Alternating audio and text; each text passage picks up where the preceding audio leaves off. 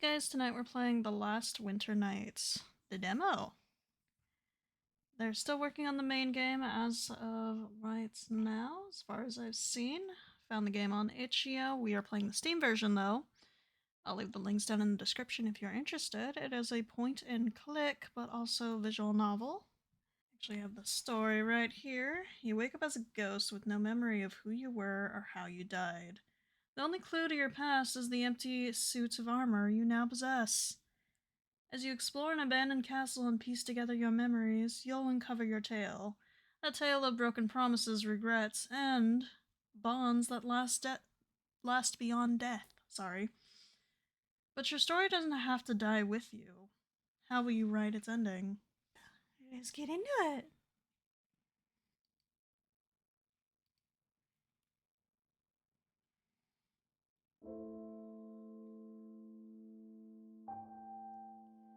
Click on objects to interact with them, or mouse over and press enter.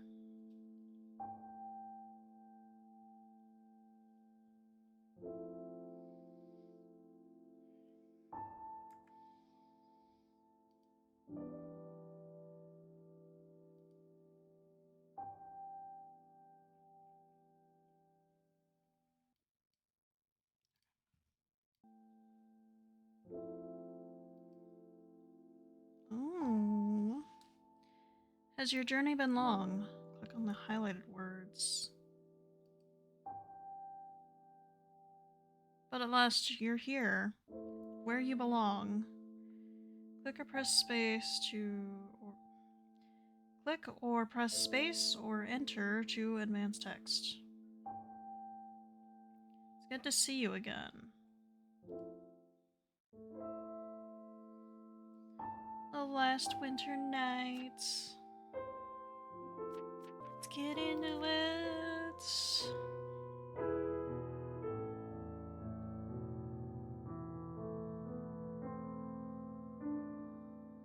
Lost soul. Wandering through mist and snow. Do you feel the touch of iron cold?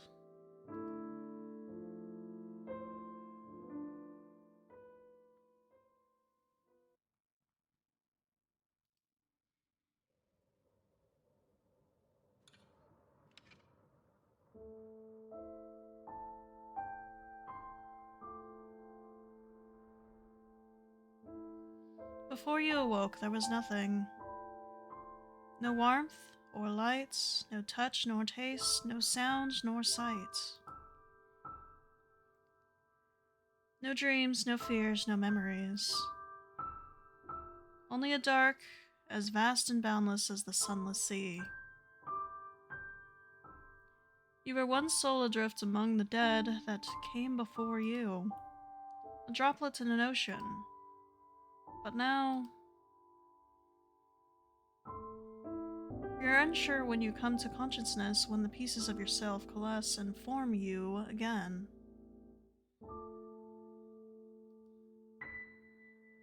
When darkness became dimness. When silence became the barest rustle of sound. Wind. You're here, again, in the world of the living.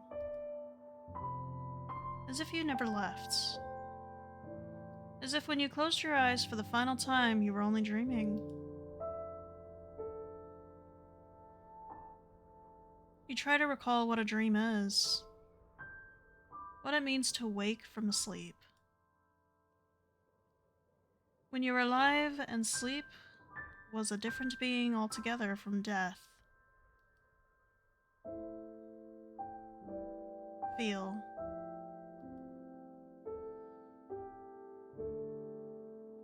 Moments pass. You remain still for some time, letting the sensations of the world around you flood your consciousness. Grounding yourself in the flow of time itself. Time. You once felt its passage with painful clarity. The world of the living is a finite and fragile one, fleeting as frost beneath the morning sun. But now you have the luxury of waiting.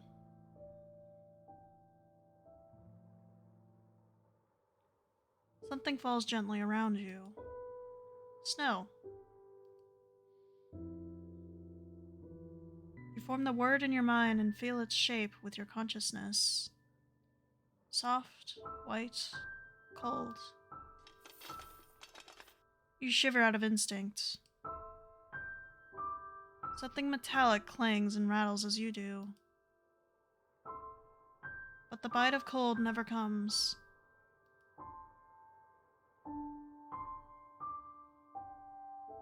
Listen.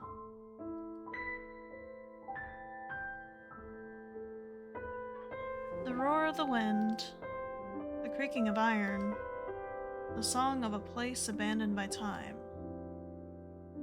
If solitude had a sound, would this be its melody? Look. Finally, you decide to examine your surroundings, or rather, your encasings.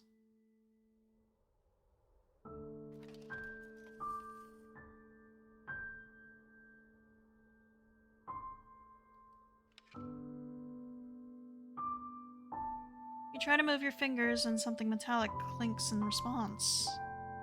A steel gauntlet follows your command, clinking softly as you twist and turn. But this gauntlet and vambrance are hollow. No flesh is encased beneath them, not even bone. Yet as you bend your arm, the courtier and pauldron move to your command.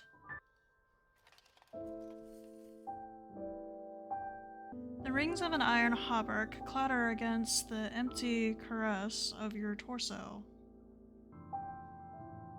You know that once, long before the currents of the sunless sea took all memory from you, you had flesh. You lived and breathed. Lived and breathed and fought and killed until you died yourself. See. Gingerly, you reach for your visor and crack it open, then closed until your vision settles into focus.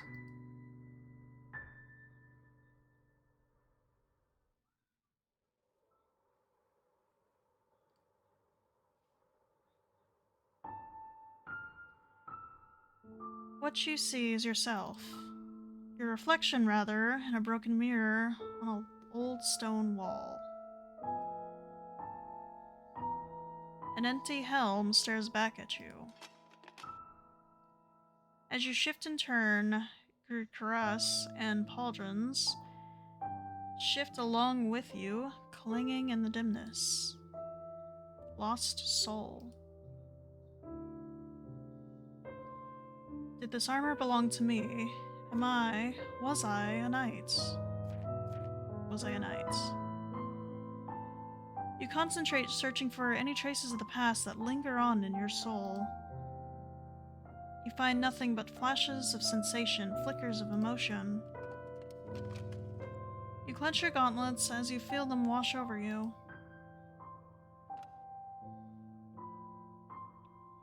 Fear, rage, regrets. The hilt of a sword in your grip. A war cry on your lips. Hunger, cold. You have killed, and you have commanded others to kill. Violence is no stranger to you. Neither is the feeling of cold steel surrounding you. But beyond these sensations, no memories come to you. Not yet. Perhaps in time you'll know what drew your spirit not only to your armor, but to this place as well.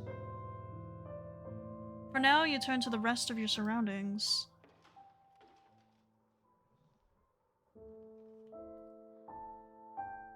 Objects will not yield all their secrets upon a single look.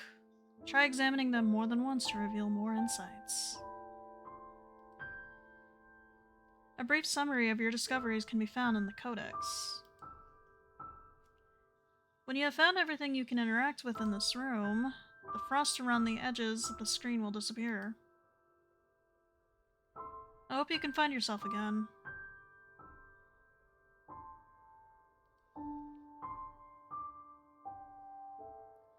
You have awoken in a long, deserted room.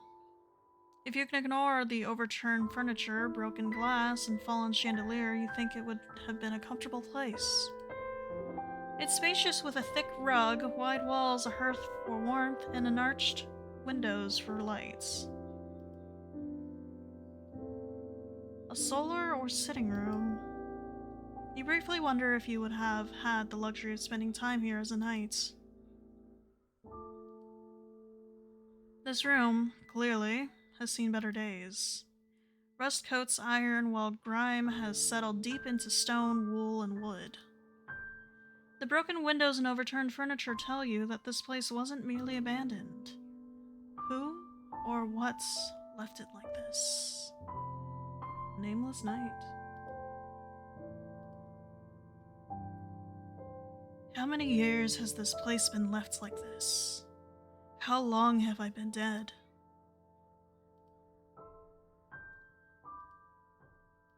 Same dialogue? You picked up the book and try to read its faded words, though your hollow gauntlets struggle to turn the pages. It appears to be an epic romantic novel about a knight. Knightess, rather.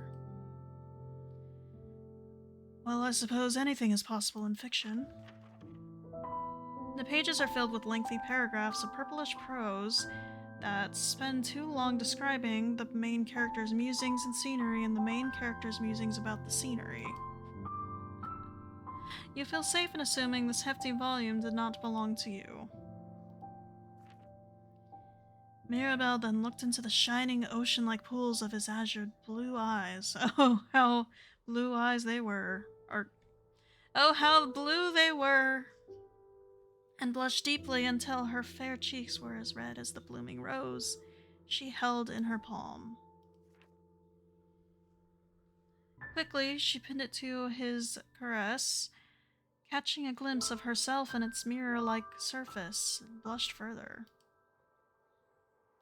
If I wasn't a spirit already, I'd die from embarrassment from reading this. A frivolous novel about a female knight. Somebody must have been doing some light reading before they were interrupted here. Okay. Fireplace. A cold stone hearth with only ashes remaining.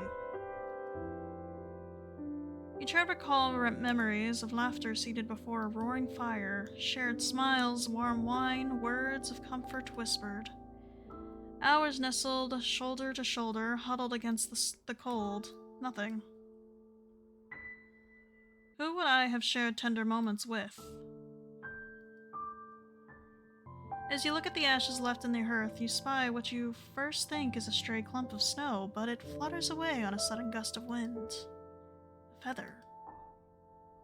It's gone before you can think to reach for it. A cold hearth full of ash. There's nothing to build a fire with. Thankfully, I don't need to keep this body warm.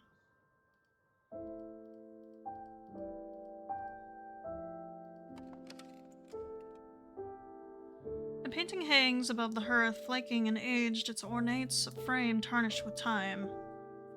It depicts a woman of no less than 20 summers, dressed in a blue gown, her skin porcelain fair and her hair fairer still. A raven, its feathers the same stark hue, perches on her arm. She is beautiful, not even time can steal this fact from the canvas. Only because she is like me, lifeless and ageless. You stare at the painted face, trying to recall the person it belonged to. If she was the mistress here, I must have served her as a knight. But her name, like yours, escapes you. The barest flicker of familiarity registers as you gaze at the portrait's flaking blue eyes. Perhaps this image isn't true to life. The artist could have painted her younger or fairer than she was in reality. Those who fail to please their patrons have short careers after all. Perhaps that's why I don't recognize her, or perhaps I cared that little for my liege. Save.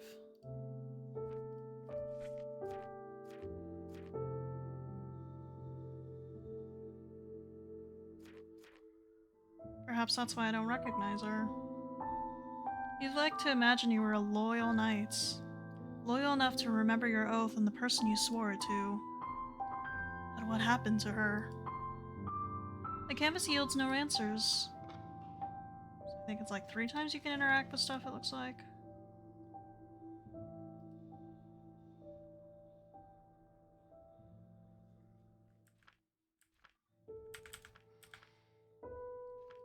Wait. Painting of whom you presume to be the lady of the castle. For a woman to inherit, she must have had no brothers or close male relatives. None with a strong claim, anyhow. Perhaps some were unhappy about that. Perhaps some tried unjustly to take advantage of her. Perhaps some tried unjustly to take advantage of her. If she had few relatives and allies, a rival could have tried to manipulate her, or take her place. That thought makes you feel strangely protective of the painted figure, who, for all you know, could be as long dead as you are. The ruins of the room around you offer no consolation.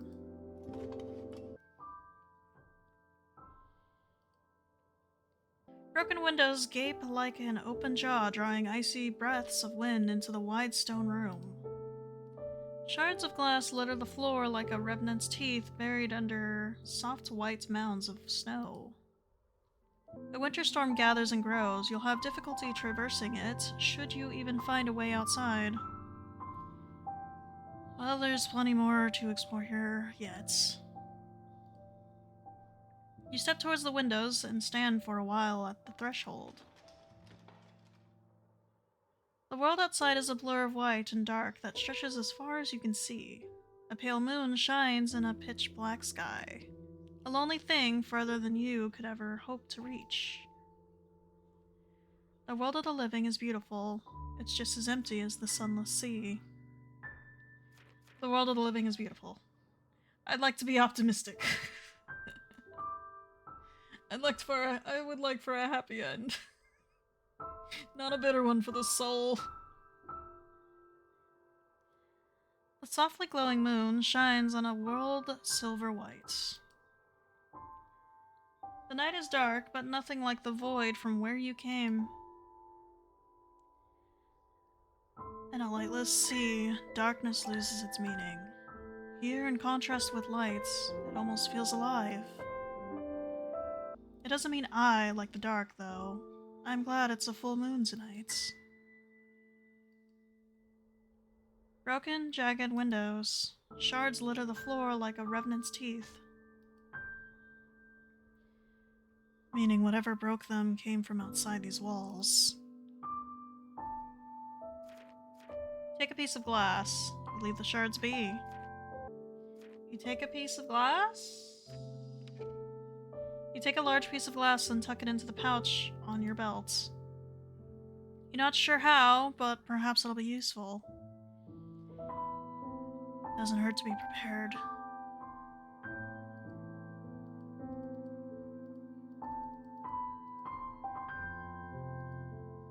You take another look in the mirror, trying to make out more details on your armor. It's a deep metal black, though the metal's luster has been lost to time. Delicate engravings cover its plates. Spiraling leaves and gilt florals trace its surface like ivy on a wall. The crest carved onto the center of the cuirass resembles a bird. A crow or a raven, you think. It's an intricate piece of craftsmanship, beautiful truly. But more importantly, it feels familiar, comforting. Wearing it makes you feel less like a spirit and more like you. whoever you were. Plate armor is already expensive, you think. Hence, only knights can afford to wear full suits into battle. Armor this ornate could only have belonged to someone of great status or renown. Could that truly be me? What sort of person was I? If I was so important, why wasn't my spirit laid to rest? Could that truly be me? What sort of person was I? And why wasn't I laid to rest? Everyone from the loftiest king to the lowliest prisoner must be granted final rights. Whether a grand pyre to burn away mortal regrets or a single candle crudely carved with a name. 1,000 lights or a single flickering flame, every soul deserves something to guide them across the sunless sea. Either I received not even the barest courtesy at my death, or the burden on my soul weighed so greatly no flame could hope to lift it. But I remember nothing of who I was. How am I supposed to free myself? You examine your reflection again, trying to remember your features. Your armor stands at an impressive height. You were tall then, and must have been physically fit to don it. What did I look like? Was I rough and imposing? Dignified and princely? Oh, this is many options!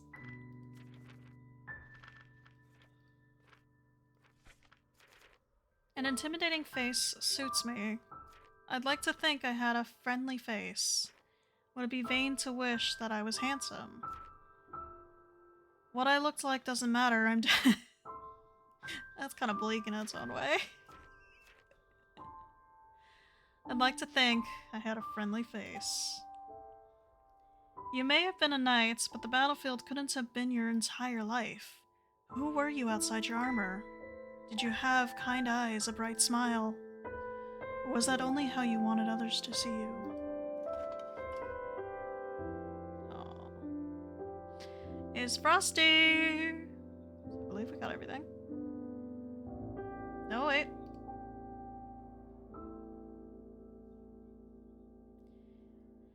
Sheaves of parchments lie scattered near an ancient wooden table. You carefully pick up one and attempt to read the faded scripts.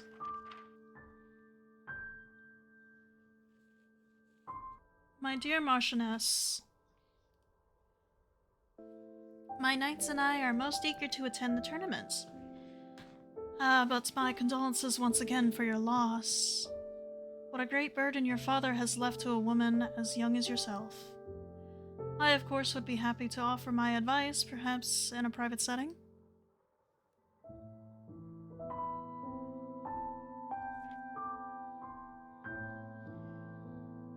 The letters continue in a similar fashion, mentioning a tournament, the death of a recipient's father, and promises of courtship or counsel. The words choke with flattery and veiled condescension. Each one is addressed to a marchioness. You assume this must be the woman in the portraits. Though her painted face is nothing but serene, you can only imagine her reading them with a sigh of exasperation. You're certainly beginning to feel that way. You set the letter aside without caring where it lands.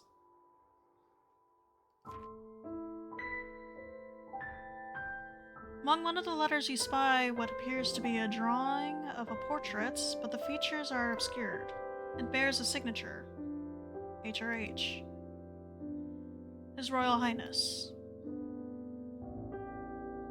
This Marchioness was a noblewoman who corresponded with royalty.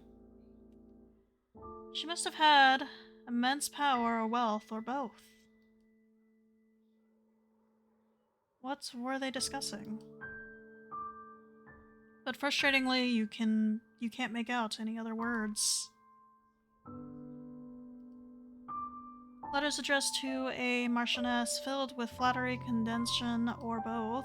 They discuss a great tournament she hopes to host. Hundreds of nobles and knights would have gathered here for it.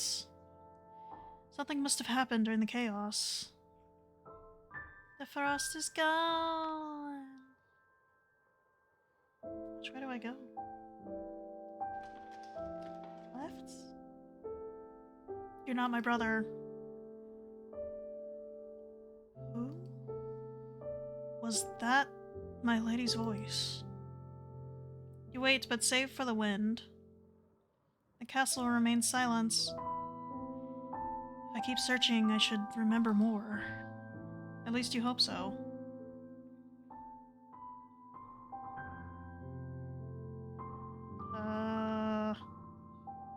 So many options. Let's go to the right. Broken glass and piled snow blanket the floor with this hall as well. The shards glint like splintered teeth. You remember tales you've heard before. The tales you have told... Tales you have told and tales you've been told. Tales of men who woke from death and grew into iron skin and teeth. Iron has always been sacred to spirits, they say. I suppose that's why I was drawn to my armor and not some other objects. But why was I drawn here at all? I once heard somebody tell stories about the sunless sea. Of the spirits who failed to cross its shores and wandered eternally through the lands of the living. But who? And were they ever true? You can't help but feel you have an answer now.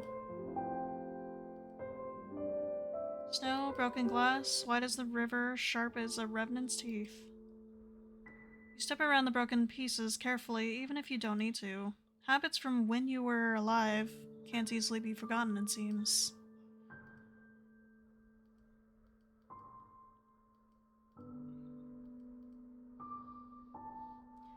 We're just traversing an empty castle, it feels like.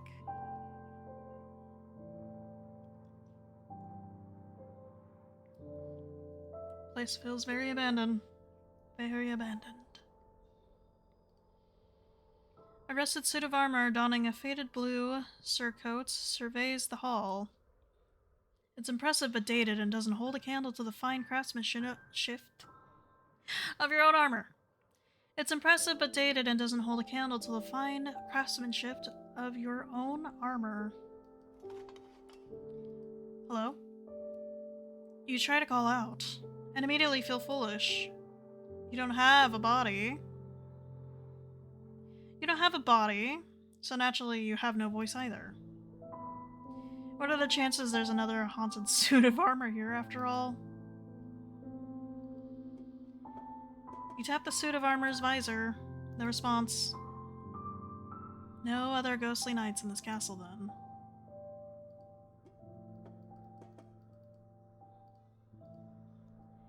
Proud banners adorn the walls. Each bears a raven with wings unfurled, similar to the one engraved on your armor. This is the symbol of the family it served. Yet you don't feel any sense of pride as you gaze upon them. Almost the opposite. Once proud banners displaying the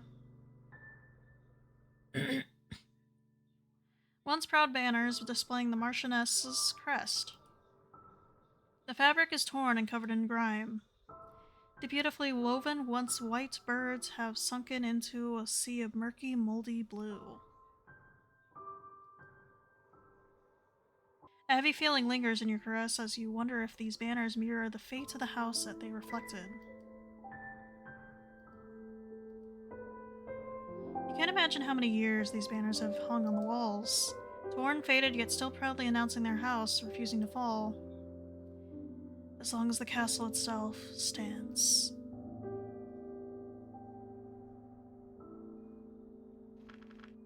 Assume this goes back, yeah? Yeah.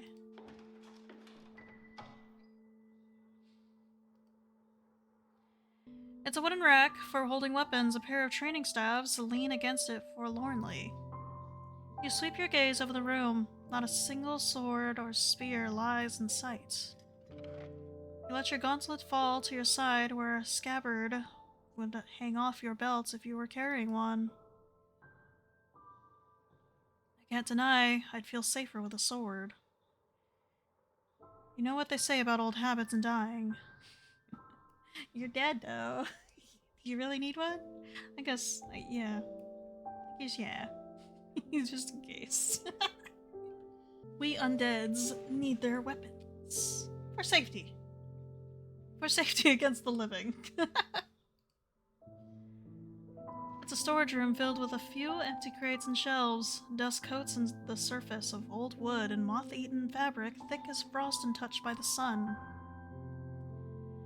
Thin moon-white cobwebs fill every corner and crevice. Against the far wall you see a rickety shelf laden with blankets, horseshoes, and other riding equipment.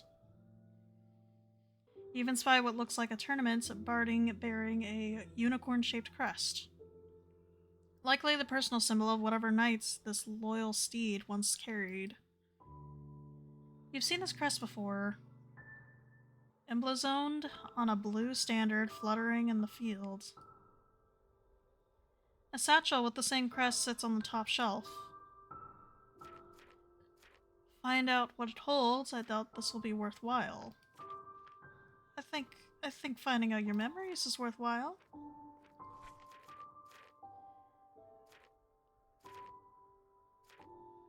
Find out what it holds. Luckily for you, your armor is tall enough to reach it without straining. You wonder if your suit would hold together if you were to fall. Would you be able to put yourself back together if your arms were no longer attached to you? Like Humpty Dumpty? Carefully lift the satchel. Aged leather crinkling in your metallic touch. Your finger plates graze over the crest. Snow. Flour? Gingerly you open it. Rather than the equestrian supplies you were expecting, you find an assortment of objects. A broken necklace, torn linen, and numerous letters. Personal, sentimental belongings. Simple amber pendant with a broken clasp. It could have belonged to a man or a woman, but given the fine linen it rests on, you find the latter more likely. It twinkles in the dark like a drop of stolen lights.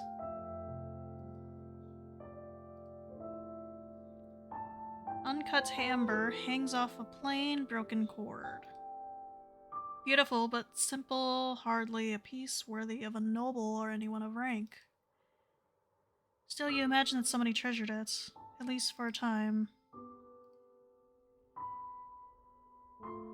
A simple pendant, likely belonging to whoever owned the rest of these things. The clasp was broken, but the stone still gleams with a lonely beauty twinkling like an eye. Letters stowed carefully away. Were these written by somebody you knew? You carefully fish out an envelope. To your frustration, they're too faded to read. It looks like they were damaged or the ink was of poor quality. I wish I could have gotten a name, something, anything. A number of old letters too faded to read. You scrutinize them regardlessly, searching for whatever they might tell you. You notice that each page was folded carefully, almost precisely into perfect thirds. The person who sent them had a meticulous hand, you think. Old letters faded with time. There's no use in laminating what they might have held. And lamenting, sorry. Old letters faded with time. There's no use in lamenting what they might have held. Ordinary messages. Words of love that transcended time and the lifespan of the relationship itself. Try as you might, you can't imagine yourself penning a love letter. Old letters faded with time. There's no use in lamenting what they might have held. Ordinary messages. Words of love that transcended time and the lifespan of the relationship itself. Try as you might, you can't imagine yourself penning a love letter. A torn piece of embroidered linen. The fabric is very fine. You're afraid to hold it with your gauntlets, lest the metal catches on the threads. It's patterned with flowers, leaves, and vines. Motifs common enough in clothing, but rarely on fabric this delicate. Oh, I know what this is. It's a wedding veil, or at least the remnants of one. All that's left of the sorry thing is a scrap of fabric burnt and stained at one end. The stitches are uneven and filled with gaps, too tight in some places and too loose in others. The bride who made this was not a skilled seamstress, to put it charitably. With needlework like this, it's a wonder she married at all. Rude! We can't be talented at everything.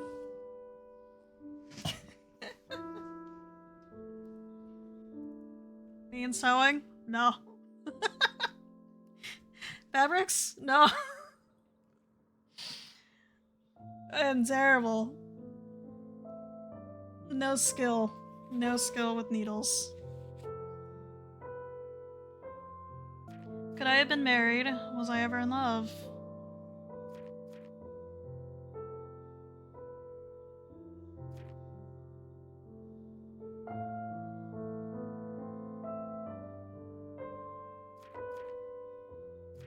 Kind of prefer the was I ever in love? Finding a bride would have been a necessary task for a knight like you, but perhaps you cared more for companionship than dowries or alliances. But if you were, what does it mean that you don't remember who she was? Your supposed partner for life.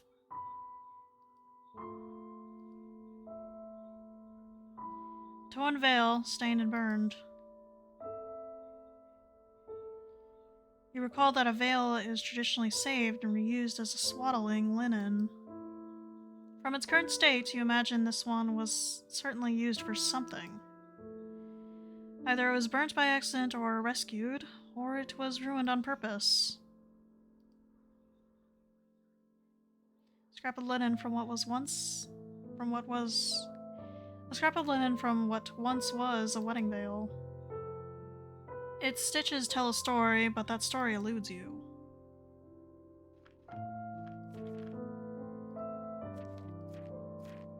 Could I have been married? Finding a bride would have been necessary, yeah. A faded note, a scrawl of handwriting, barely visible on a parchment scrap. The ink looks blotted away in places. By water or by tears. You decipher it as best as you can. I told you I don't want them back. Take them or throw them away. I don't want to talk. I don't want to see you again. Not after what you've done. Well, that certainly doesn't bode well for this recipient. You shouldn't have. Think of it as an early wedding gift. Come on, try it on. I'm a lousy partner if I can't spoil you from time to time, aren't I? That's not true. You're all I could ask for. You deserve it. You deserve so much. Spring. Bright sunlight spills over a bustling town square. The market blooms with colors. Pennants fluttering in the air like butterflies, stalls strung with dried flowers, people filling the streets, tunics and skirts of woad and weld blossoming among the cobblestone. You keep your long hair covered despite the warm day. Silver strands stand out like a blot of ink on a fresh page. But she stands out anyway. Her loose waves flowing down her back, burning red in the sunlight. Uncouth, you knew, for a woman her age, but she never cared what others thought of her. You admired that. You were always a little envious of it. Gingerly, she touches the drop of gold around her neck as if it were the most precious thing in the world. But she stares upward as if the real treasure is held in her eyes.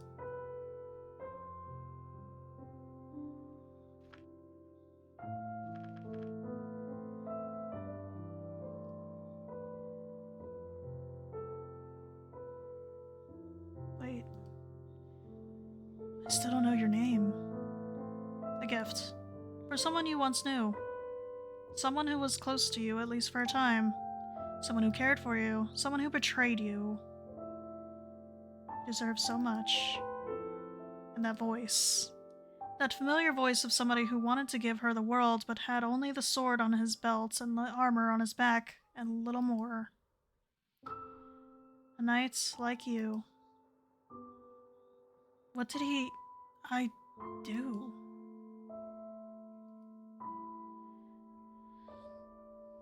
A note placed alongside objects that must have been held deeply, painful memories carefully tucked away. That means... The recipient of the note couldn't bear to look at them. The recipients of this note wanted to forget them. They couldn't bear to look at them. The memories of these objects held must have been too much to bear. But even ruined, broken, they had too much meaning to be carelessly thrown away. Isn't that common in heartbreak? Sometimes even pain can be a precious feeling. I don't want to talk. I don't want to see you again. Not after what you've done. A note. A note of farewell. A relationship as tattered as the linen before you. What did I do?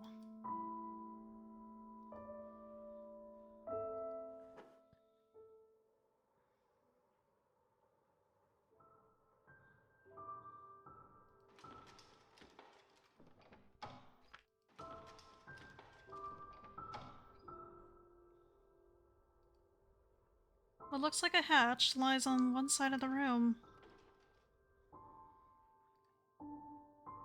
You try to lift it and meet resistance.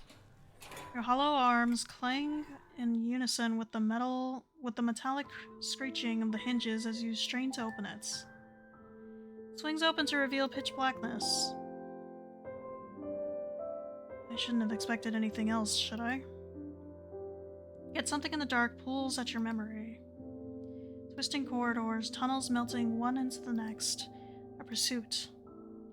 Hunters cornering prey. But was I the one chasing or being pursued? All you know is that some piece of the answers you seek lies down there. Curiosity swallows sense. Curiosity swallows sense as you descend into the darkness. Your sabatons clang on the steps, echoing into lightless. Soulless. Unending. Dark.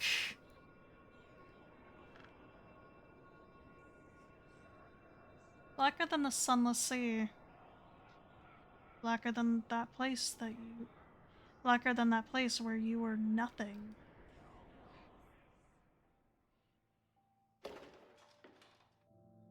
You clamber out of the dark and nearly tumble onto the dusty floor.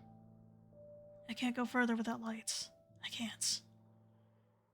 This is 1,000 times worse than the fear I held when I was alive. The sun would always rise again no matter the sun would always rise again no matter how many nights I could not sleep. But there is no sunrise on the sunless sea. Give the hatch door a push, letting it fall closed and shakily step away. Your answers will have to wait. Until I have lights and a way to leave a trail. If the tunnels are as twisting as I remember, I don't fancy becoming lost down there either. There. Rather that not happen. Maybe a young girl, but she isn't blind. Can't you see?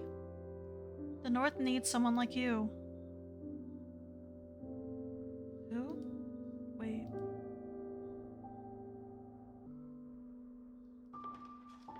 We'll get to the bottom of your memories, I promise. Oh. Can't interact with anything else. A pair of doors stand at the end of the hall. They don't budge, even when you press the full weight of your armor against them. Locked. Okay. Then we go back. They're here? Hmm.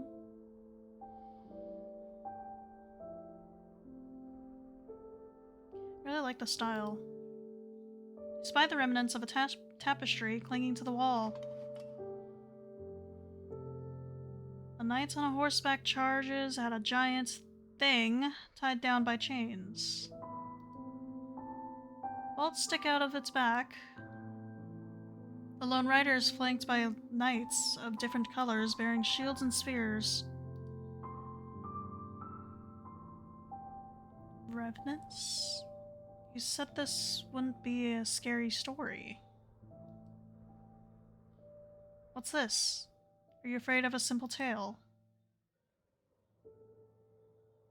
Revenants. But they're the size of men, not whatever this is supposed to be. No, tapestries often commemorate great events. Battles, victories. Perhaps the beast here was a metaphorical one, surely.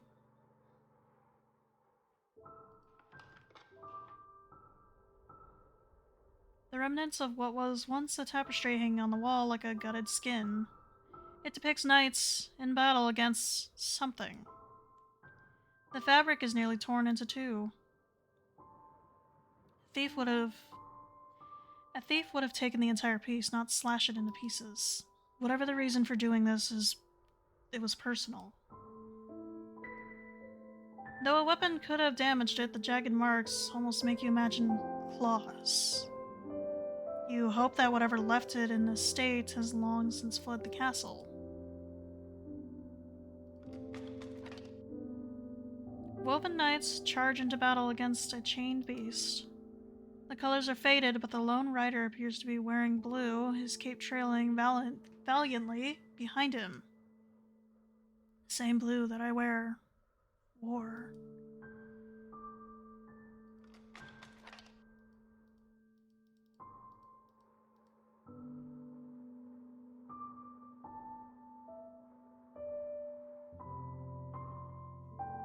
I guess to the one that has a book above it? It's too dark to see anything. Maybe if I could light these candles. Okay, so I need to find something to light it. Into the room of what? Light? Candles? An ornate candlestick sits on the altar. The candles resting in it are carved almost as beautifully as the spiraling black iron itself. These candles would have been lit as offerings to the spirits, both to guide them to rest and to ask for guidance in return. And now it can indeed guide a spirit. Mine, through the cellars. But I need some way to light it. Candles must have been lit here regularly, so there must still be tools in this room I could use.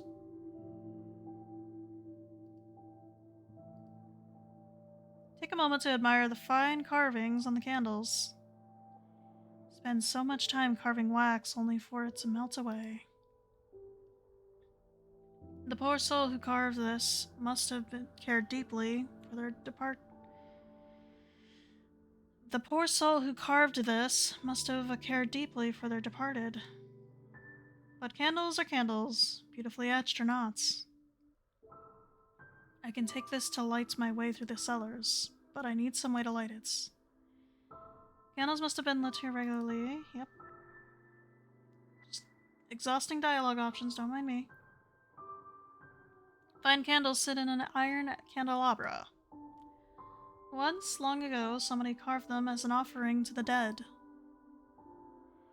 It feels irreverent to take this, but, well, I am among the dead, and I do have a need of it. But I need some way to light it. Candles covering the room in every size and shape you could imagine a candle taking. Some are plain, half-melted stubs clinging stubbornly to their prickets, while others are tall and carefully carved, with ornaments and flowers. Almost all are engraved with a name. It's a chapel. A place where rites were given and prayers whispered, where all facets of life were celebrated. Births, funerals, weddings. I know this place. I've carved names here.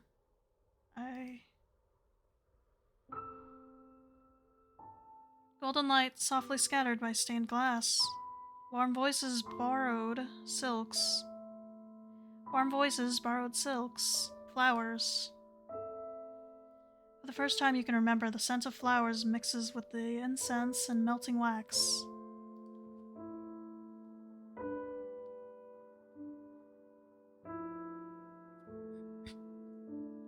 You're not sure what they're called, but they're golden like her eyes. Golden like the thin band you carry that glints like a ring of sunlight.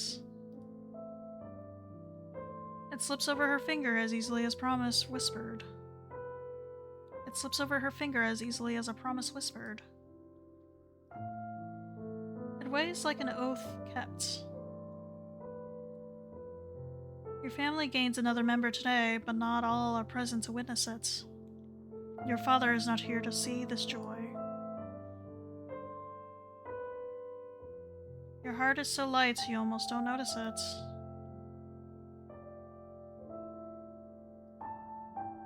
The warmth is gone, leaving your hollow plates colder than before. As the tender memory ebbs away, a trace of bitterness takes its place. A woman in a veil.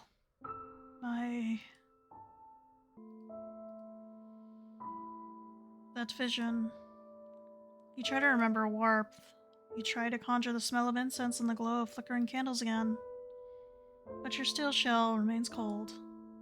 Yet, somebody significant to you once stood here. The memory tugs at your soul. You don't know whether from gratitude, affection, or something else. You consider that you don't know how long you'll need to spend in the cellars.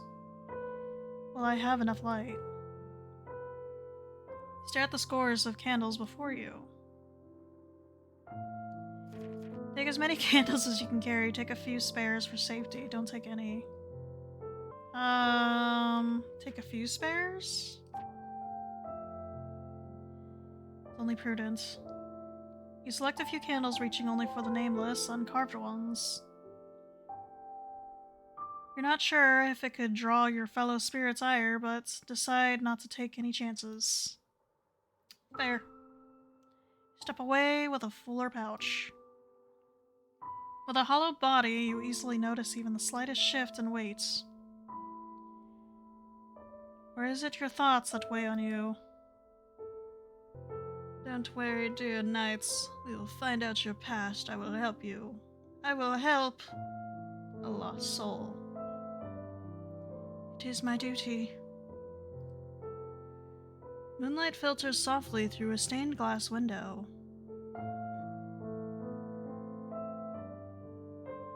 You recognize the scene depicted in colored glass.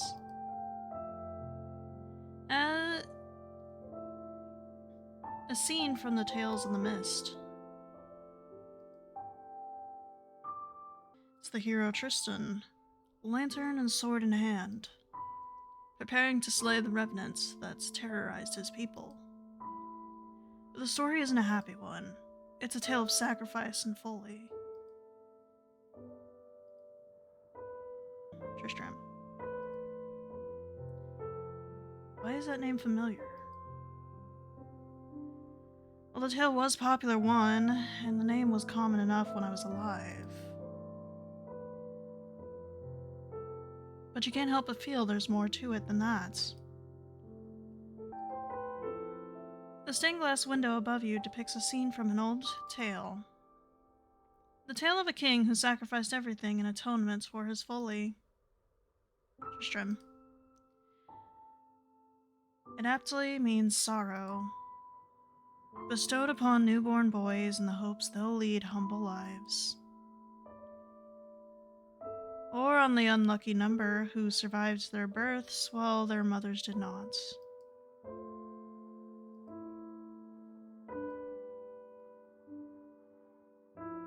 The hero brandishing sword and lantern forever prepares for battle with a revenant in stained glass above you.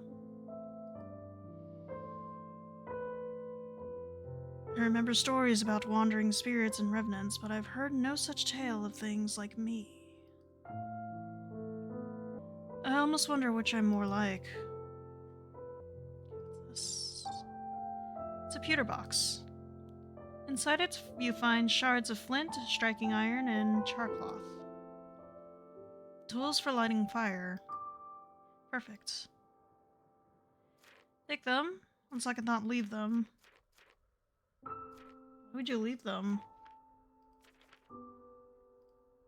Why would you leave them? Take them.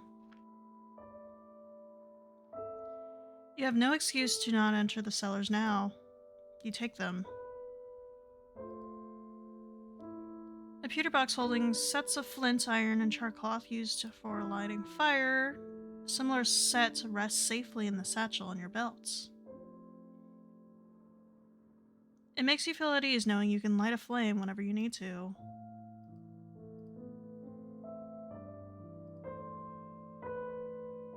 Iron is known to be sacred to spirits, but the reasons for it are not.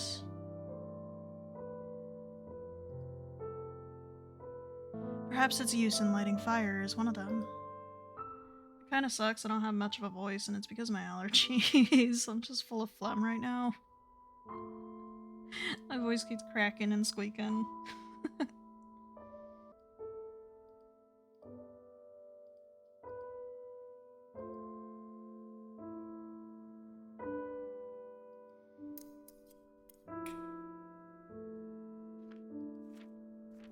Fine candles sit in an iron candelabra. Once long ago, somebody carved them as an offering to the dead. It feels irrelevant to take this, but, well, I am among the dead and I do have a need of it. You strike the flints until a spark catches, then lights the 3 long candles standing in the candelabra. Didn't mean to hit next.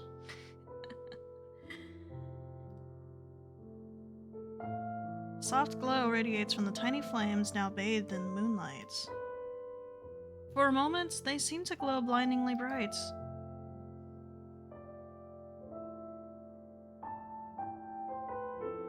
Promise me you'll take care of your sister. Promise me you'll never fight, that you'll love each other.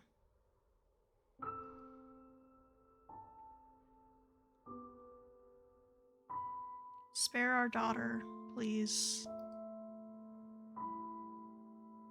I beg of you, she's done no wrong. Those voices. I don't recognize them. That must have been the past. But why did that feel less like a memory and more like a dream? You toss your helmet and gorgets as if you were shaking your head, and take the candlestick.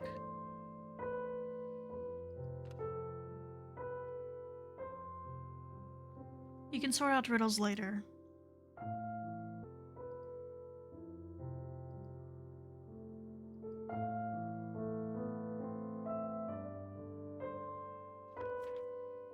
Countless candles fill the chamber, save for the cobwebs and dust that coat the room like winter frost. You note this place looks untouched by time.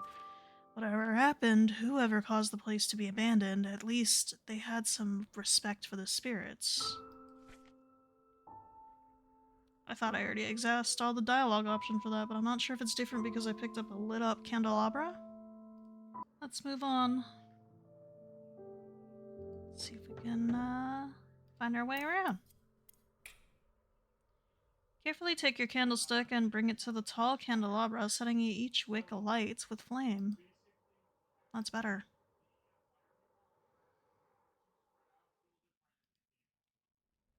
A faded map lies on the desk. It depicts 2 territories in its center, divided by a great river. Lifturser and Ostera?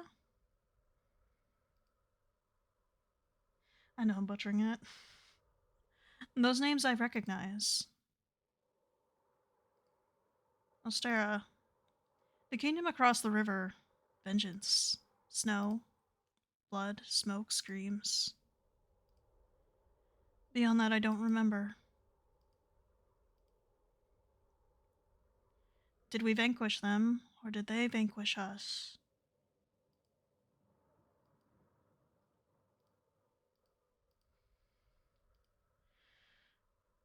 Lif Thrassir.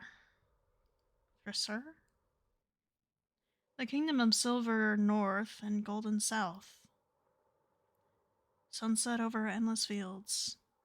Birch forest turning pale gold with autumn's chill. The white river Asker gleaming with ice. Pale crest of waves breaking on the boreal sea. Skyridge Peak scraping a frost blue horizon. A place I defended with my life. Home, as far as I could call it that. Okay. Well, behind the map you find a note. My lady, you made the right choice. The lion's den is too dangerous for a young girl like you. You can rely on me to handle the peace talks.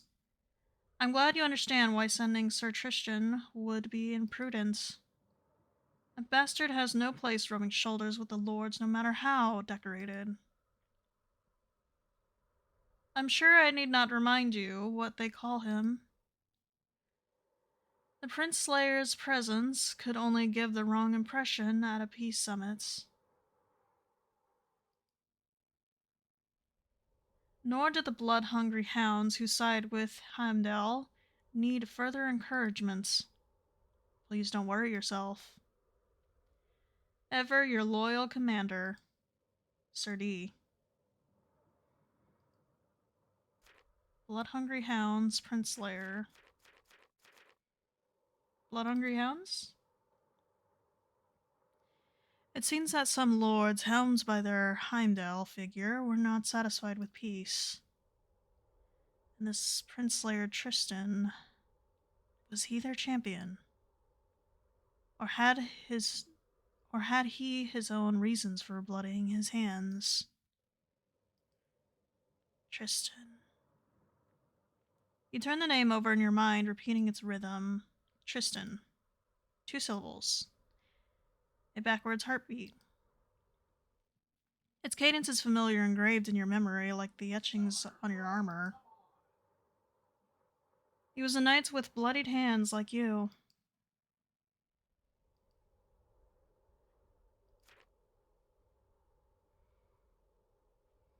Read the note again. I'm aware of what it says. This seems like you're defensive.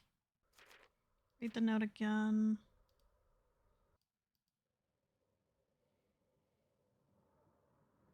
I don't recall anything about the Commander D who wrote this. Heimdall. On the other hand, feel your gauntlets clench in tension. Yet no name echoes through your memory as deeply as Tristan. I feel like I'm clawing my way out of the dark well. Like I'm on the cusp of remembering something important. I'm aware of what it says. Okay, just the same thing.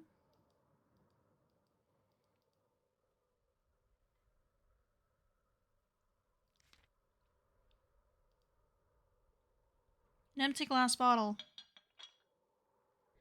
As you brush a cobweb off of it with your gauntlet, a scent, a memory of a scent, wafts over you. Stale liquor, stinging bitterness, honey to mask it. You almost recoil in distaste. I take it I wasn't one for strong drink.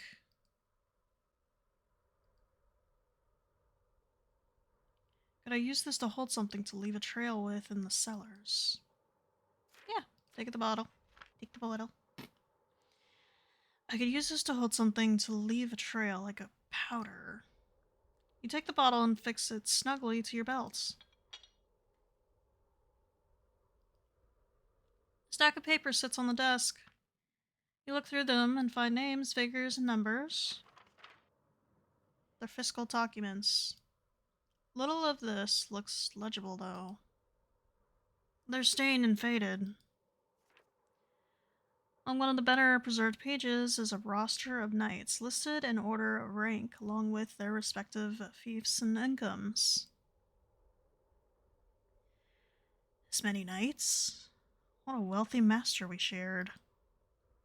If tensions with Ostera were high, however, that makes plenty of sense. One knight whose name you cannot make out is listed at the bottom. Whoever he was, he had far lower earnings than the rest. It's my name on this ledger. Could one of these knights be me? You read off the list of legible names to yourself, but none feel like they belong to you. Sir Dietard, Sir Xavier, Sir Robin. Well, even if I could learn my name here, knowing what my fiefdom earned in a year doesn't seem like a helpful information to me. Now? Assuming my master had even granted me one.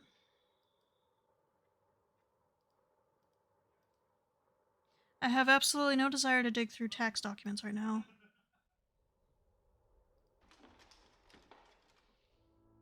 It's a painting of a man with white hair and beard, dressed in fine furs and jewels. There's a clear resemblance between him and the portrait of the woman in the solar.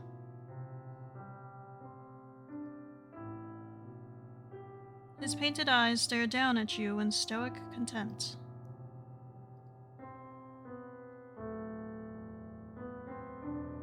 You ungrateful bastard. Who gave you everything you have? Who granted you the honor and privilege of a knighthood when you should be rotting in the streets? Stale liquor, dusty cedar, parchment and ink.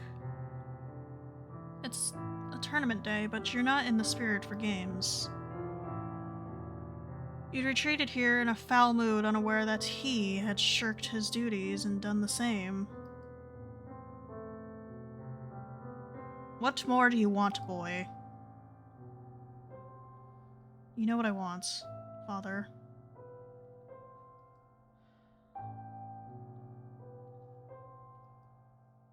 I remember him. This man was my father.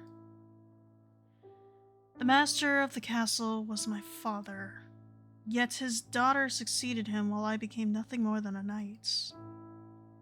And even that was a privilege he deemed me unworthy of. What did I want from him? What did he refuse to give me? What did I want from him? What did I want from him, and why wouldn't he give it to me? Even if it was more than what your vassal deserved, even if I was born in shame, I was still your son, wasn't I? Instead, I want to give him a hug. The painted figure of a man stares out from a dusty frame. The previous Marquess?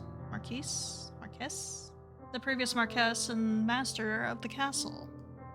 Your father. That makes the Marchioness your sister, and you, a bastard son kept to serve the family, never to take its lofty name.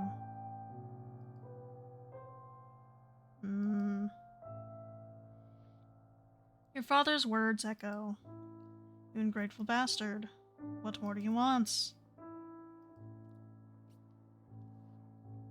You didn't have much affection for me, did you? Did I resent you for it? Did I try to be useful, or... Shelves of books and records on what looks like a variety of subjects. You walk over and examine the spines until you spot one that bears the same emblem on your armor. A raven with wings extended like a leaf.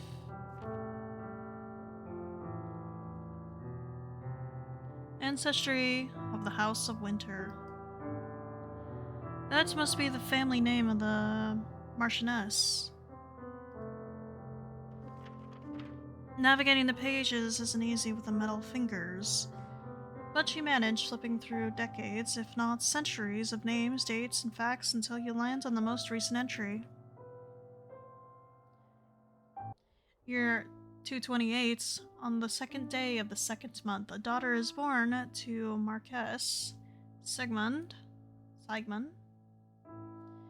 Lady Vivian, and given the name Sieglind. These are weird names. 5 days later, Lady Vivian perishes. Year 246, on the 7th day of the second month, Lord Sigmund perishes after many months of illness. Lady Sieglin is named his successor and bestowed the title of Marchioness. Sieglind. Von Winter, my sister. So you were 18 years old when our father crossed the sunless sea. If this Marchioness and the one in the painting are the same, then the lady I served was barely more than a child. Sigmund, father. You flip back through earlier entries. There's no mention of a son. So I was kept around, but my mother and I weren't important enough to be included in the record, even as a footnote. As if they were ashamed I even existed. You close the book with a sinking feeling in your caress.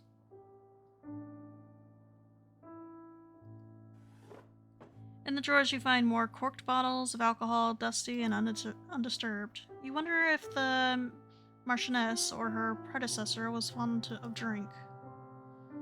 Top right drawer is locked and will not open. You can't help but feel that the desk in its current state, spilled alcohol, a mess of papers, doesn't look like it belonged to the Marchioness. Unlike the Solar, this place looks largely untouched. What a mess. The young woman wanted to remember her father.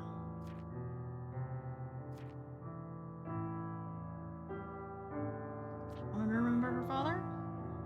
Pitiful thing. Ordinarily, I'd say that clinging to the past does one no favors, but something from your past must have brought you back to this place. You peruse the titles, though several of the topics look interesting, you're not sure they'll help you remember anything about yourself. Yet you can imagine running your fingers along the grooves of the spine as if you've done so many times before. View the family record.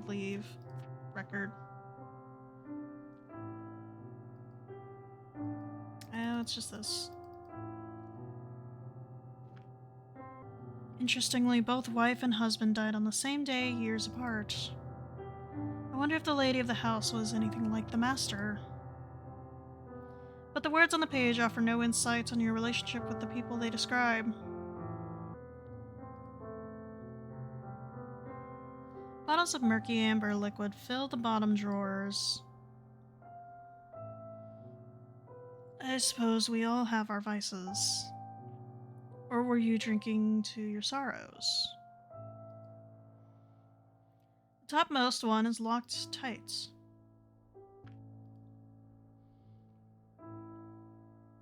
The master might have kept the key to his drawer, but I don't know where I would look for it.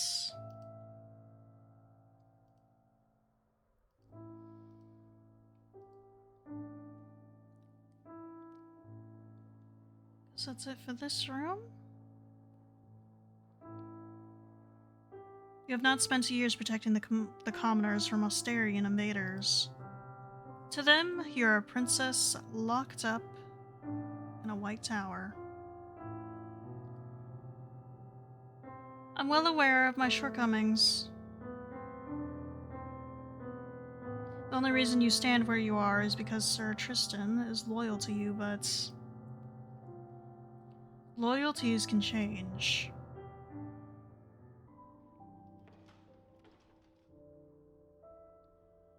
Did you not like my gift? It's beautiful, but you stand in the solar, your arms folded tightly in front of you.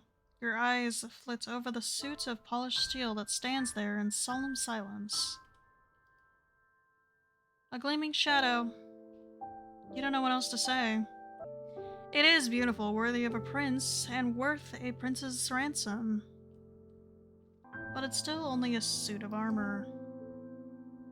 To an ordinary knight, a gift like this would be the honor of a lifetime.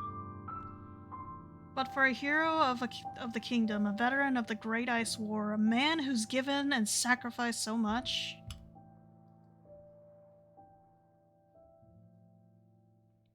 how could a single suit of armor ever be enough? Oh, I only wanted...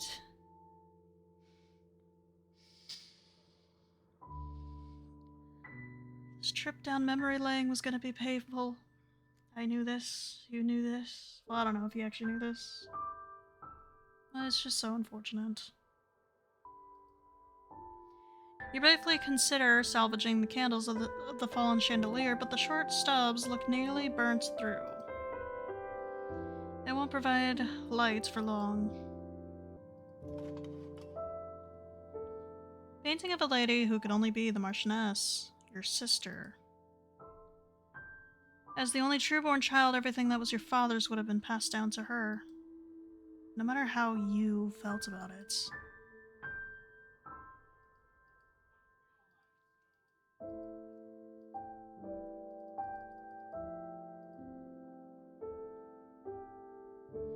A hollow suit of blackened steel looks back at you from within the mirror's surface. Your armor was once, and still is, beautiful. Yet though tarnished, not a scratch covers it. Like it was never worn into battle. Like it stood here, unused, never to fulfill its purpose. You know that even the most beautiful armor is built to protect. For lords and knights, conveying one's lineage is as important on the battlefield as off it. If you fought for your lady, you didn't do so in the suit. Then why was I drawn to it? Why this armor and not one that protected me in life?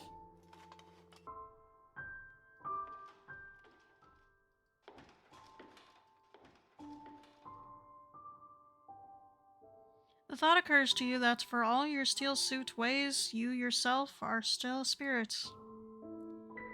In the tales you've heard of restless souls, some spirits walk through the world like mist. I wonder. Try to leave your armor. That doesn't seem like a wise idea. Doesn't seem like a wise idea. Try to leave your armor. You're not sure how to leave your armor, however. After a few moments of deliberation, you decided to simply press your gauntlet to the door and will yourself to float.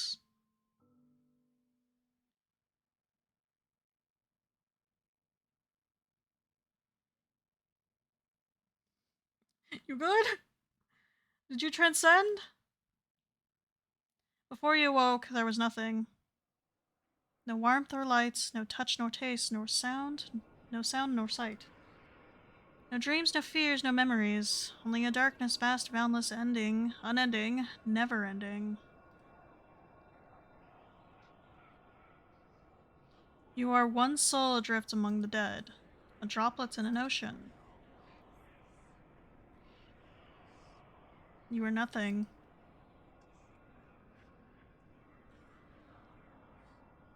You are nothing.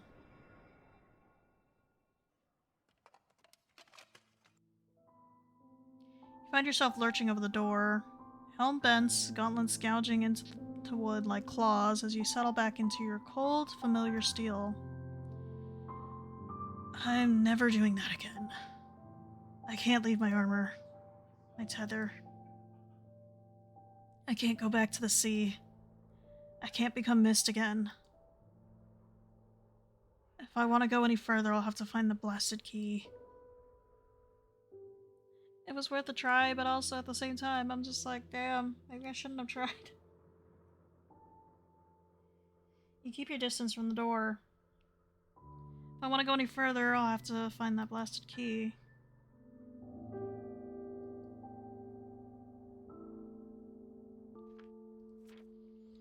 A rack for holding weapons, but none lie in its sight.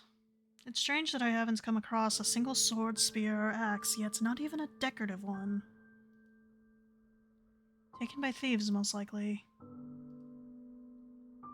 Staring longingly at the empty weapons rack isn't going to make a sword manifest, you tell yourself.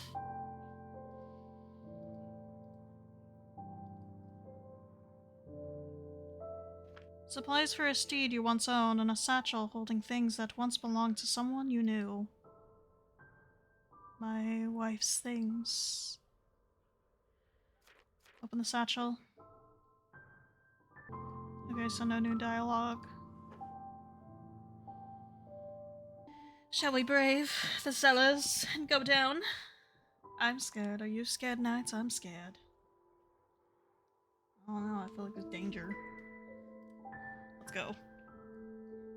Still need to leave a trail. Oh yeah, I haven't figured that out yet. Still need a way to leave a trail to follow back. I suppose a powder would work. Could work. Cold hearth full of ash. Ash. Not the ideal trail marker, but I have no better options. You do your best to scoop up the ash from the hearth into the glass bottle. It slips through the cracks in your gauntlets and settles deep in the fine etchings on the flames, turning beautiful black steel but gray. But you have other things to concern yourself with than being tidy. Finally, once the bottle is filled, you return it to its place on your belt. I hope this works. Not an ideal trail marker, but it will have to do. A shame no one left a pile of pebbles lying around. No, just glass.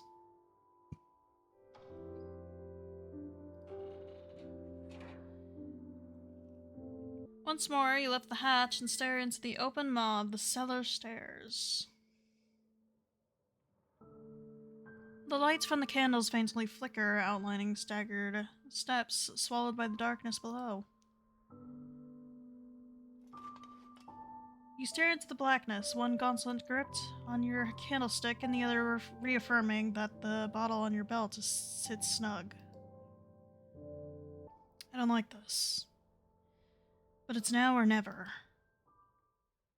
And so, you descend. Step by step. Your sabbatins clang. Your hauberk rattles against the shell of your cuirass. You grip your candlestick tightly as if it's shield and weapon both. The tunnels are wider than you remember. Wider than the oppressive twisting stone you imagined. There's ample room above your helm and around you, so much that your candlelight barely reaches the walls on either side. There is no sound but the ringing of steel against steel as you step, and step onwards. The shaking of your hauberk, clink clank, within your hollow cuirass echoes like a heartbeat. Finally, up ahead, you come across a fork in the path.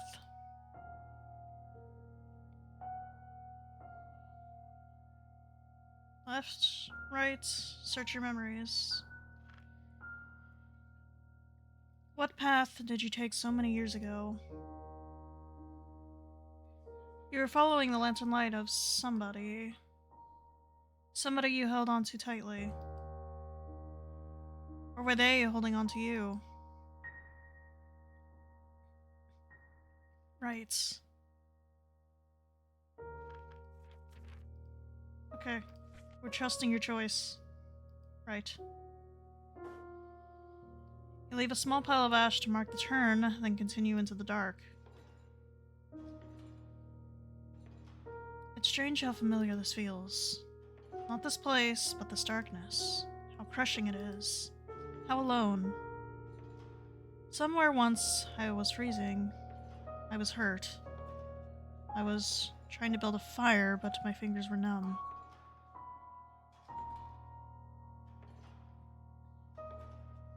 With every shake of your metal heartbeat, you give silent thanks that you no longer feel the cold. The path continues on and on, stone after stone. Finally, after which could be minutes or hours, you spy another fork in the path. Search your memories. Hand over the girl. What did you do to father? Answer me. You can hate me all you wish. A young girl's cries. A night's resolve. Voices. One of them yours. Left. You make another mark with the ash, then continue down your path. Voices whisper at the edges of your mind, a tangle of threads faded frayed. Can't make out the words, can't reach through the torn veil of your memories. Half of you wants to scream, with the lungs you don't have. The other half wants to turn back and run. Steady. If being down here makes me feel this way, I must be getting closer. You can do nothing but continue, so continue you do. As you walk, the candles you carry seem to flicker, then burn brightly than before. Brighter than before. You grip the candlestick tightly and continue on, at a cautious pace. Step after step. Finally, up ahead, another turn comes into view, another fork. How many are there? Search your memories. This time there's nothing at all. No waits. You're not my brother. My brother is a hero. He would never hurt me or betray me like this. I'm not a hero.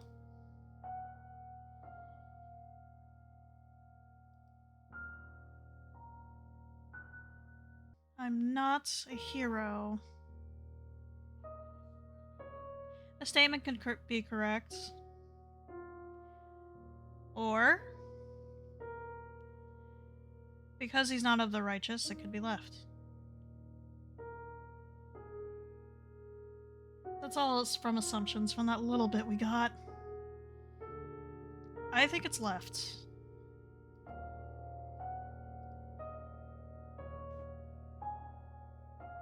You leave out more ash. You leave more ash to mark your trail, then continue through the tunnels, hoping you picked correctly. You walk for what feels like hours. Your every hollow, clinging step reminds you that you are alone. You are alone. I'm here with you. Whispers wrap around you like silk, trapping you in their threads. You are alone. You are not alone. Voices linger. Memory coalesces. Theirs, yours. They flicker and burn. They wither and choke. Ash gives way to cold and dark. The waves of the sea call. The dead do not belong. You jerk violently as hot wax drips onto your gauntlet, making you flinch as if your skin were flesh and not steel.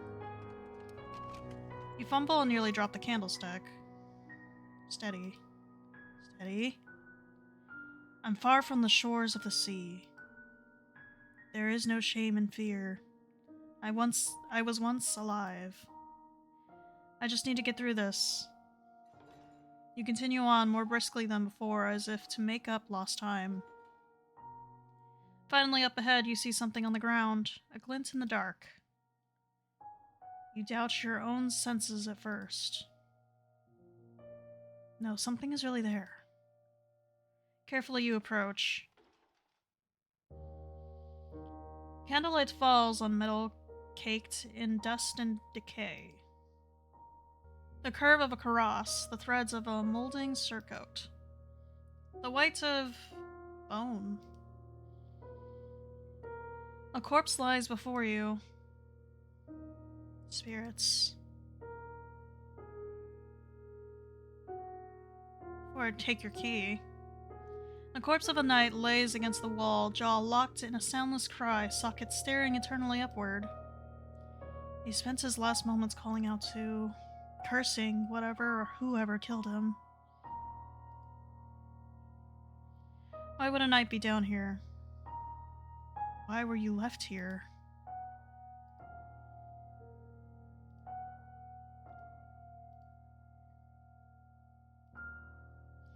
Keys hang off a ring on the fallen knight's belt. I'll have to take those before I leave. I'm sorry, but I need them. I can only hope this unlocks the door in the hall. A medallion in the shape of a raven hangs around the knight's gorget.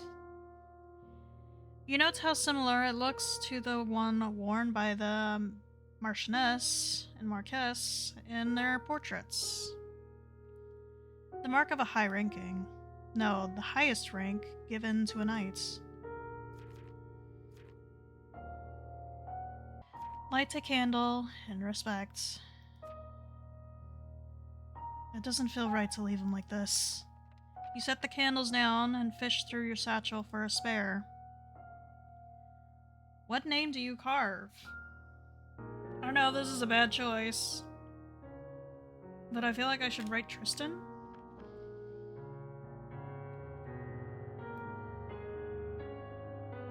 It's not the commander's name. No, that name belongs to someone else.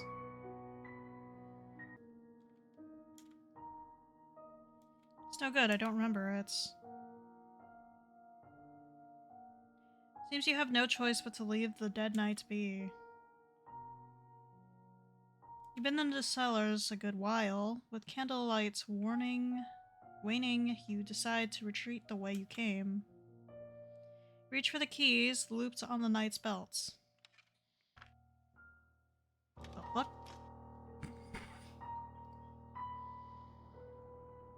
The fuck? That armor. You dare show yourself again, traitor?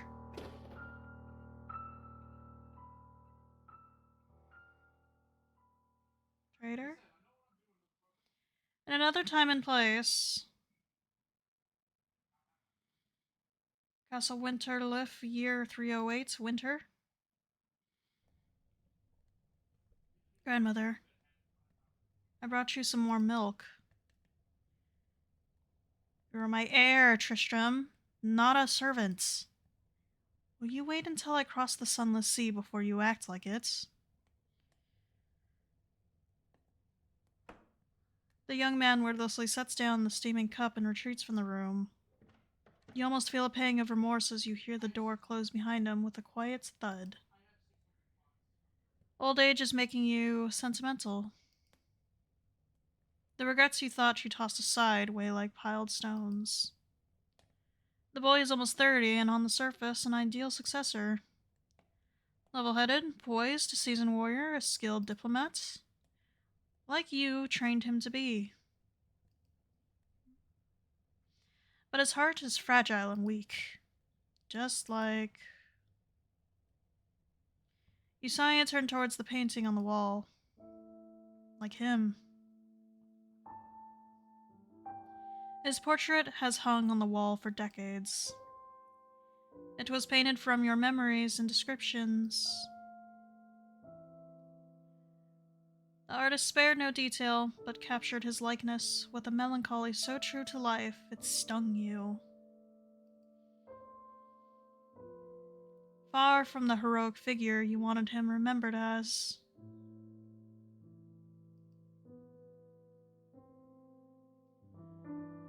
You dismissed that artist from your court in disgrace and hung the portrait in the privacy of your chambers.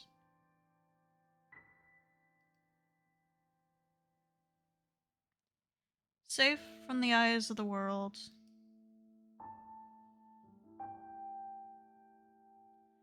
And so he has kept watch over you, decade after decade, reminding you of your failures.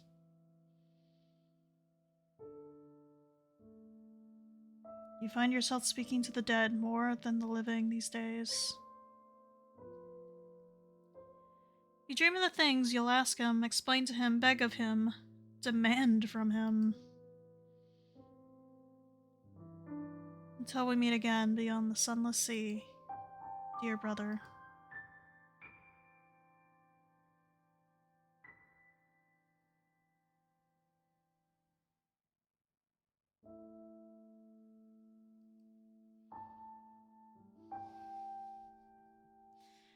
The last winter nights. End of demo.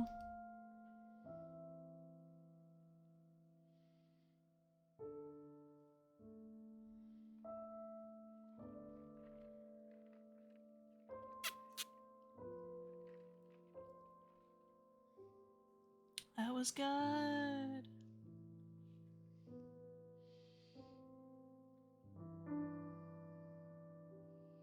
Hope to see a full release eventually. I'll be back if they do. Oh, I gotta click for the, the end credits. I was like, hello? Maybe it'll go after it pans back down.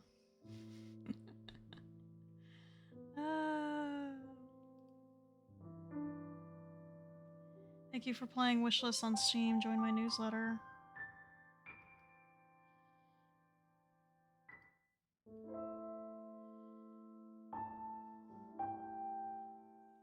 So we're back at the cellar. I wanted to see if anything changes if you take the wrong directions. Basically, if you don't follow what the memories have told you. But also, I wanted to see if much changes when you choose different dialogue options. So we went for a more grim fate this round, so I don't know if that'll also affect it, but I figured I'd take a look. And so, you descended. Step by step. Sabatons clang, your hauberks rattle against the shell of your cuirass. You grip your candlestick tightly as if it's shield and weapon both. The tunnels are wider than you remember. Wider than the oppressive twisting stone you imagined. There's ample room above your helm and around you, so much that your candlelight barely reaches the walls on either side. There is no sound but the ringing of steel against steel as you step and step and step onwards. The shaking of your hauberk, clink clank, within your hollow cuirass echoes like a heartbeat. Finally, up ahead, you come across a fork in the path. Search your memory. We already know what it says. I'm just gonna hit skip. It wants us to go right. We're gonna go left. You leave a small pile of ash to mark the turn, then continue into the dark. Every stone upon every wall looks the same. You begin counting your steps down the hall, but lose track around the 49th and don't bother starting again. You grip the candlestick tightly all the while. It surprises you just how crushing the darkness feels. How alone.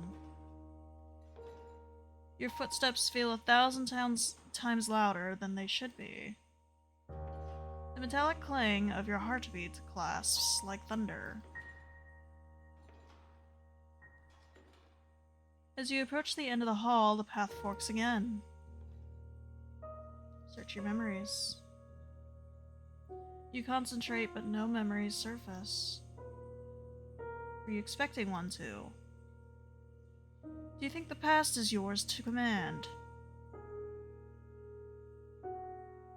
We'll go right. You make another mark with the ash, then continue down your path. You wonder if anyone besides you has ever walked these tunnels. You can't imagine who would or why. You feel as if you shouldn't be here. You shouldn't be here. You resist the urge to run, and risk tripping over the uneven floor. Your every slow, shaking, clanging step echoes down the hollow throat of the tunnels.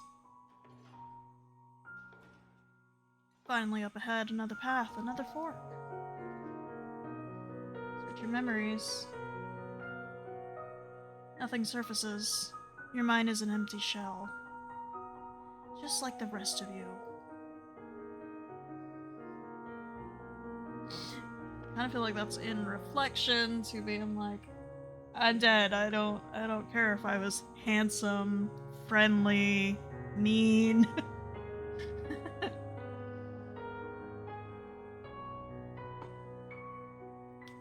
We'll just go left.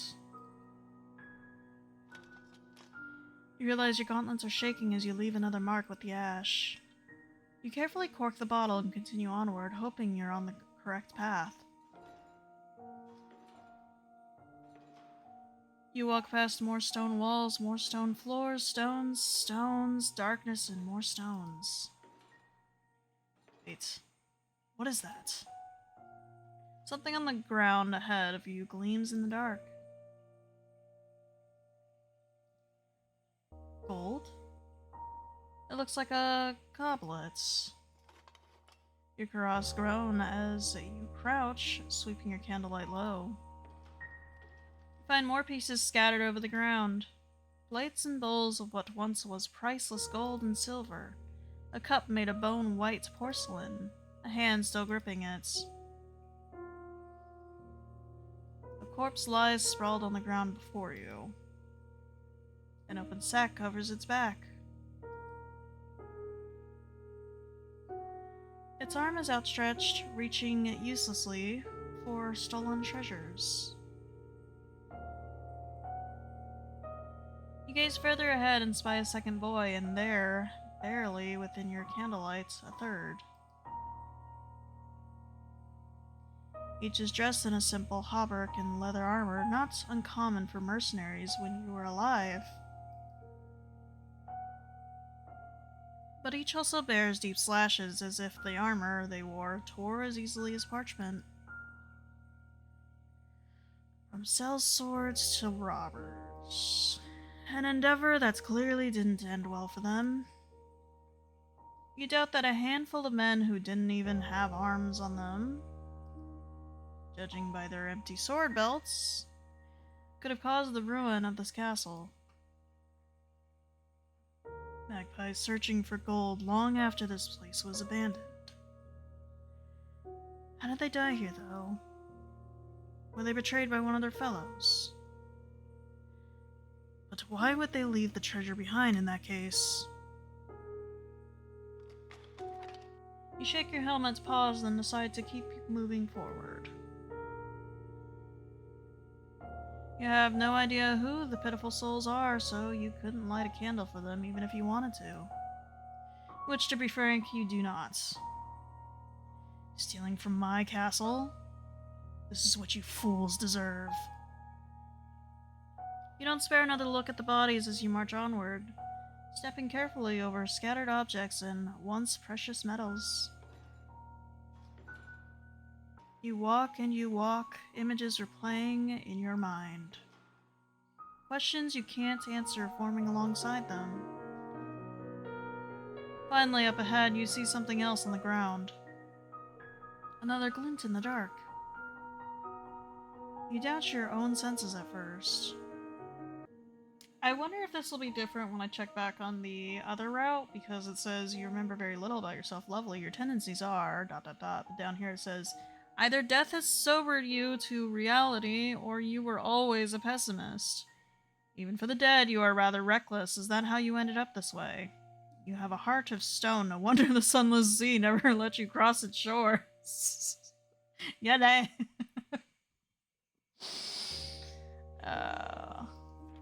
Sir Tristan, the Prince Slayer, a veteran knight, and some sort of war hero, it would seem. He served the Marchioness. He was a bastard whose name was excruciatingly familiar. The woman you served, though you don't remember what she was like, or if her portrait even resembles her. Her name was Sigland. She inherited the title as at quite a young age. She was your sister. You were likely much older than her. You were a seasoned knight, Well, she was hardly more than a child. She had everything you did not. She gave you a gift, a suit of steel. She expected that to suffice. Marquess. The previous master of the castle, your father and liege lord, Sigmund von Winter, your relationship was not amicable. Amicable. It seems he indulged in drink and who knows what else. She was somebody close to you, at least for a time, but she wanted nothing to do with you after. Commander? The commander of the knights who served the Marchioness, a certain D. It seems like the Marchioness trusted him. Heimdall. A man described as a blood-hungry hound. His name makes your gauntlets curl in tension. Excuse me. Under personages, inventory, you possess one suit of black and steel, familiar and finely made, once given as a gift or a bribe. It bears not even a single scratch, as if it was never worn in battle. One candelabra with 3 lit candles. If you hadn't been so preoccupied with finding a light source, you would have noticed the names carved onto them. Oh. A glass bottle filled with ash. You really couldn't find anything better to use. Flint, iron, and charcloth. Used for lighting fire. Borrowed from the hallowed sanctum of the chapel. The overview. You are the ghost of a knight, it would seem. You're looking for something in the cellars. You found a locked door that leads further into the castle, but you don't have the key. You may have done something foolish and reprehensible. You need to find the truth. Were you Tristan? You were a vassal of the House of Winter. You served a Marchioness, your sister. What happened to her? You were a bastard. Your father was the Marquess. To him, you were unworthy of respect or affection. Sought him. You had a partner. Why did she leave you? Lore? It's on the sea. I assume this part I won't have to reread, but... Okay. I mean, we're here now, might as well get it out of the way. Yeah? Yeah. Yeah. Yeah. Sunless Sea, the place where all souls go, the place you came from, the living light candles to guide... The living light candles... Okay, I read that right. To guide departed spirits, but those who were wicked or burdened in life will never hope to cross its shores. Spirits. Ghosts, souls, the departed, most find their way to the Sunless Sea, but some go astray and wander the world of the living. Revenants. You know what they are. Stray spirits possessing iron flesh, fairy tales told to frighten children and grown men. Like all spirits, they're drawn to iron, but they hunger for it. The House of Winter. When you were alive, your veins coursed with the blood of an old and powerful noble line. The symbol of that house is a raven shaped like a sycamore leaf. The knights who served its master were known as the Winter Knights. The Frasier? The kingdom of silver and gold. Some 200 years before your birth, 2 kingdoms, Lif in the north and Frasier in the south, unified against the empire of Ostera. As far as you know, the North and South still have their own unique culture and quirks. The Southerners think you don't know how to have fun up in your frigid castles, but at least your people aren't thought of as overindulgent and frivolous. At least that's how things were when you were alive. Stara. Kingdom across the White River Asker. Hundreds of years ago, they were an empire spanning much of the continents. The Frasiers, their territories included. With them, peace has only ever been temporary. Oh, wow. I like this. I'm in the way a little bit. Hang on. That's sick. Love concept art. I also love that they... Like, if you don't know any of these words we're throwing at you, here you go. That's sick. Okay.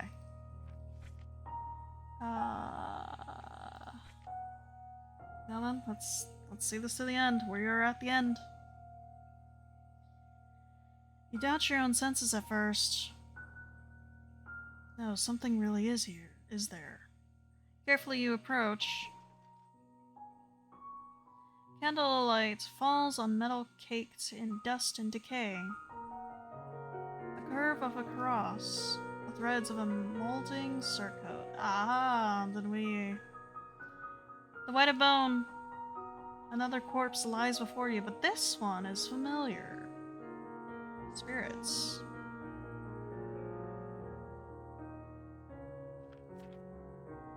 Really?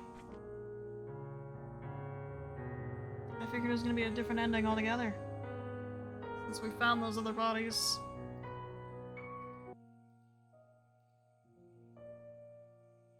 Keys hang off a ring on the fallen knight's belt. I'll have to take those before I leave. I need them more than he does. We're gonna take the keys and leave. That seems fitting for this this kind of run right here. This pessimistic run. Pitiful soul. It seems you have no choice but to leave the dead knights be. You've been down in the cellars a good while. With candlelight waning, you decide to retreat the way you came. Reach for the keys looped on the knight's belt.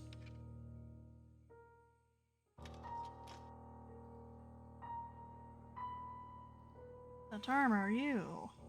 Dare show yourself again, traitor. This is the same.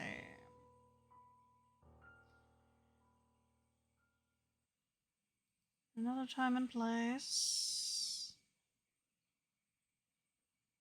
Castle Winterliff, year 308, winter.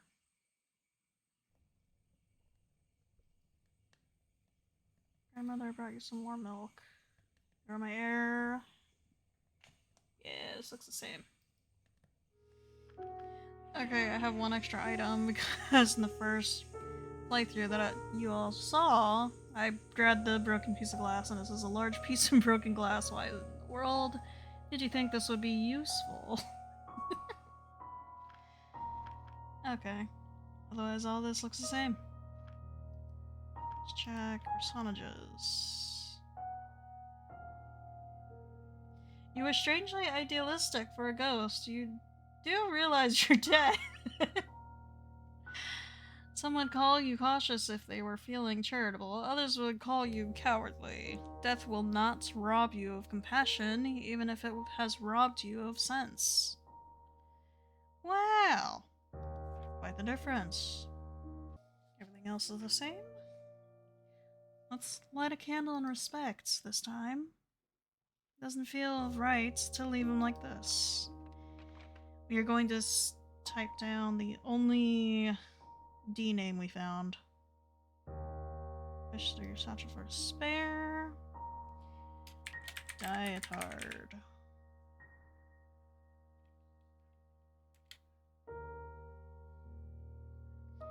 Don't recall much about the commander, but he signed his note with a D. Only one name on the ledger began with that letter. You take the piece of glass you gathered and carve the letters into the wax with its sharp edge.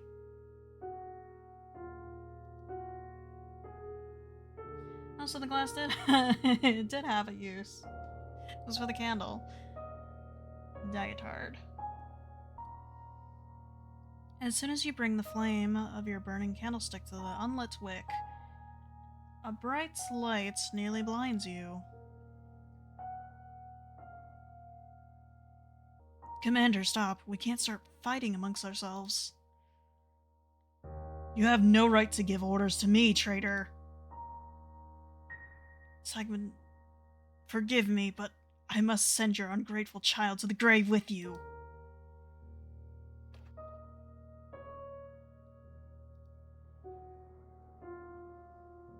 That armor. You. Sir Diethard. You couldn't cross either. But you would bid me rest? After all I did to you. You can speak? How? Wait. The skeleton falls back lifelessly against the wall. The armored corpse before you lies still again. He's gone. You were trapped here as well. Farewell, Commander.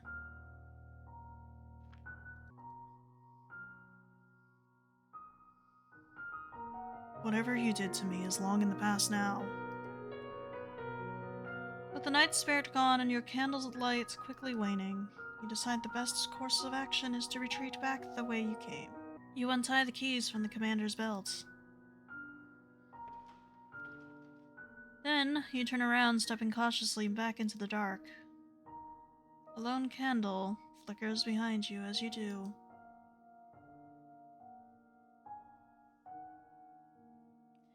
Last winter nights. End of demo, really? Okay. Storytelling was pretty good. I really hope to see more. It is time to move on and throw it back to past me. Future me decided to sit down and play a little more. I'll let myself take it from here. Take it from here, Aria! I hope you guys enjoyed that little demo. I figured I'd give us a little break from In Stars and Time, since Fridays tend to be my indie uploads. Meanwhile, we are going with Resident Evil 4 for the Mondays. Yeah. So, we'll be back with it again with In Stars and Time. But I hope you guys had fun. I had fun. See you guys for the next game. Bye. Bye-bye.